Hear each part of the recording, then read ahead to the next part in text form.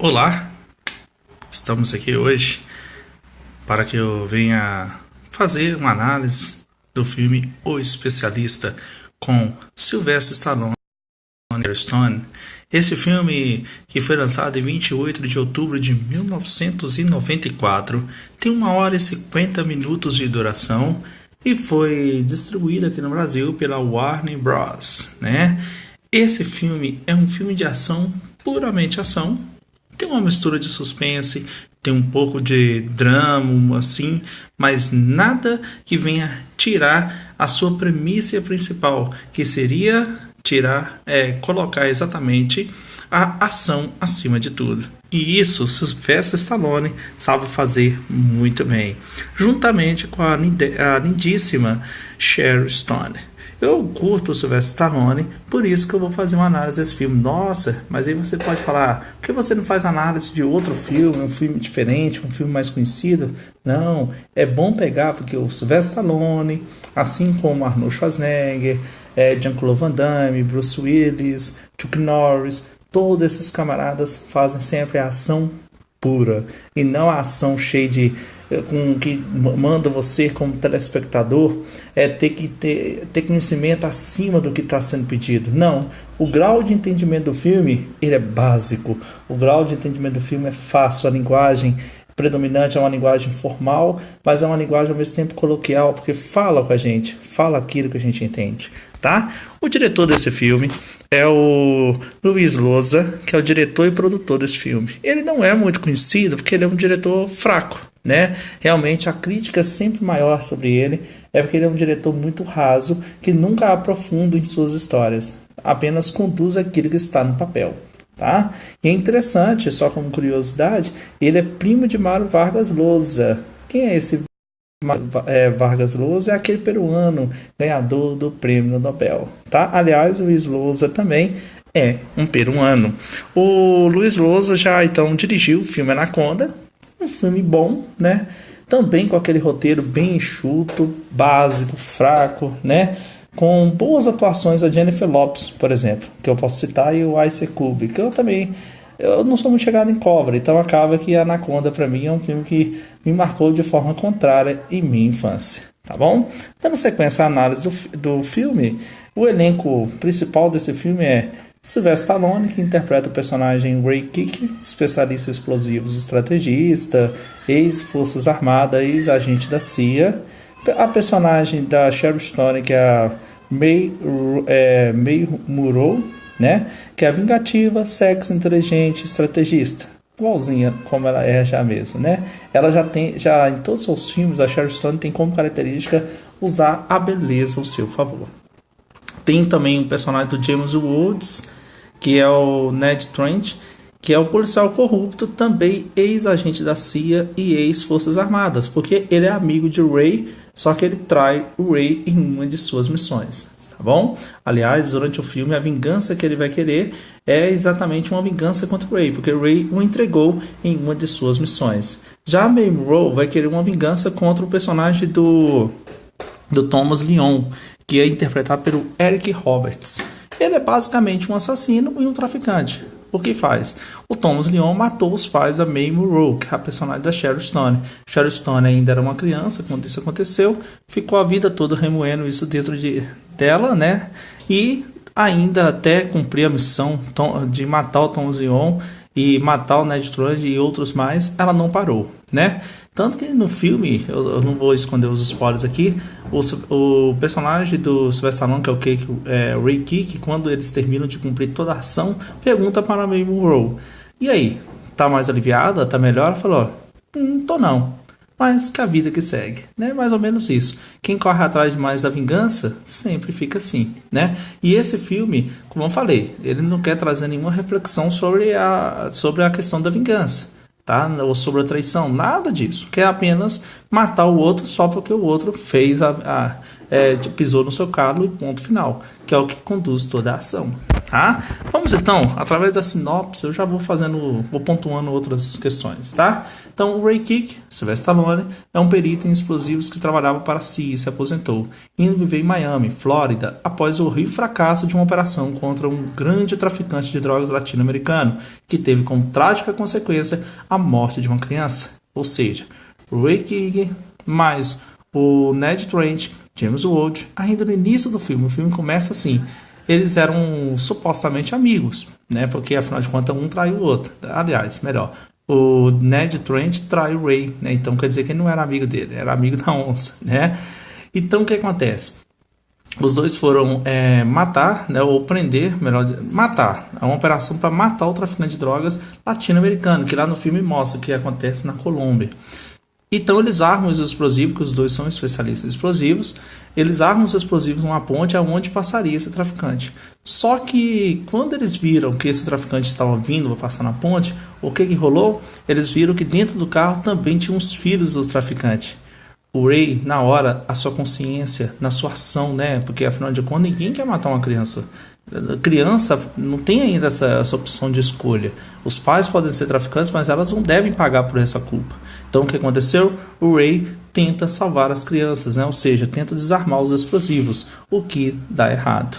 Já o Ned Trent, vendo toda a situação, em vez de ajudar o Ray Kick, não ajuda. Ele deixa acontecer, como se ele já quisesse. A criança também tem culpa porque os pais são traficantes.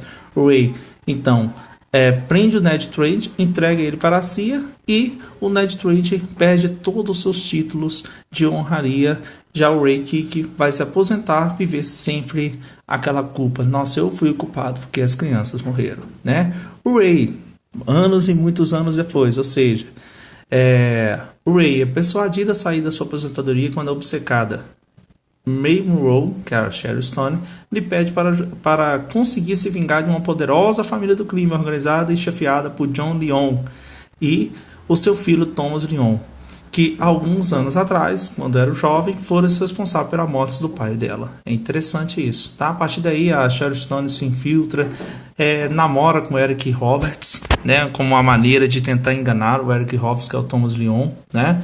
É uma maneira de tentar matá-lo e ela consegue isso com a ajuda do Ray Kick, né, numa cena, aliás, sensacional, porque uma forma que o Ray, sabe como que o Ray Kick, que é o Sylvester Stallone, armou uma bomba para matar o personagem do Eric Roberts, que é o Thomas Leon, colocou um explosivo na xícara dele, né, uma xícara de chá, e quando ele foi tomar o chá, tudo explodiu. Uma cena sensacional, tá?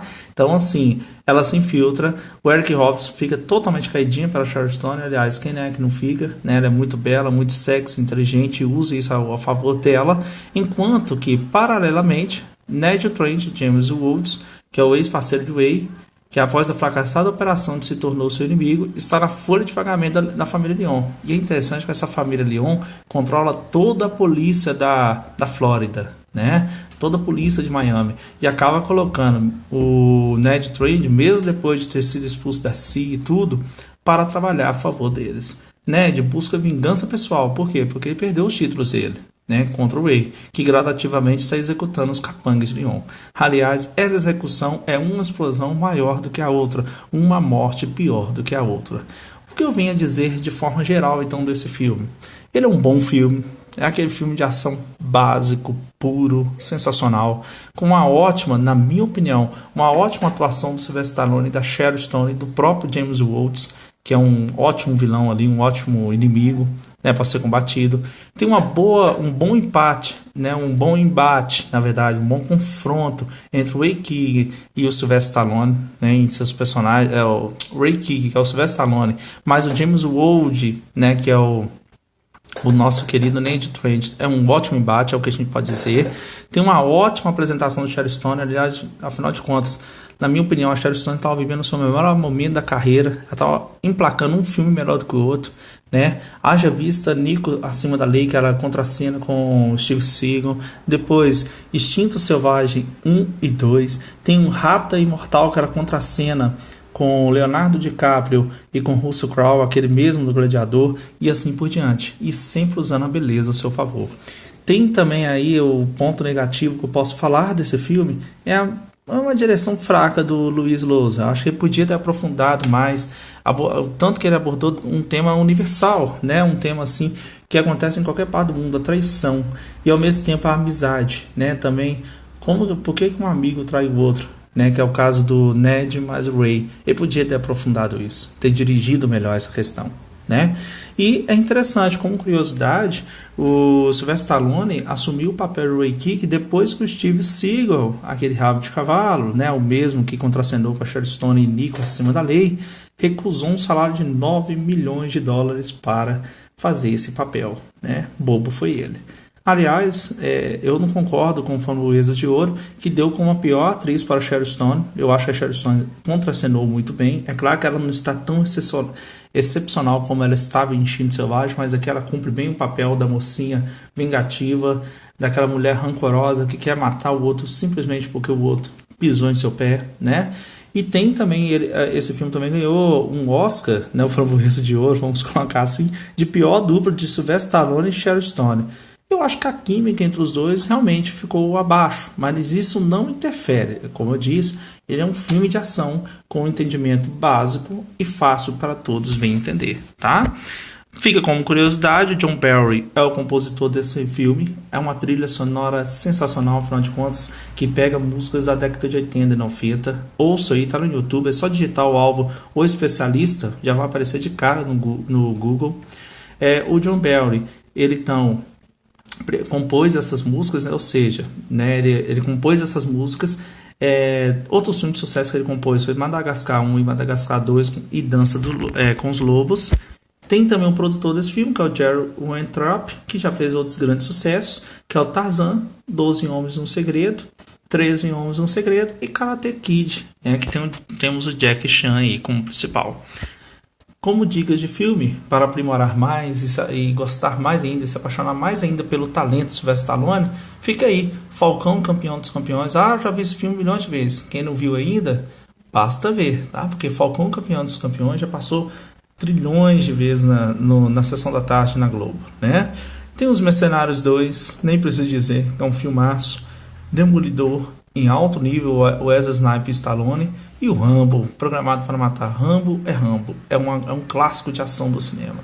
Já o filme da Sharon Stone, para vocês verem como que ela não é essa personagem rasa como alguns dizem, veja Rápida e Imortal, que é um filme sensacional. Veja O Vingador do Futuro, que é o Arnold Schwarzenegger. Tem um filme Nico Acima da Lei, que é junto com o Steve Seagal. E tem ainda Instinto Selvagem 1 e 2, onde ela é a principal, é aquela que realmente chama o papel para si, tá? Então fica aí as dicas, todos os créditos dessa programação minha aqui, todos os créditos desse meu roteiro vão para o Adoro Cinema e o Google, onde eu fiz as buscas sobre as curiosidades do filme, sobre as análises e sobre as imagens, tá bom? Desde já agradeço e até uma próxima.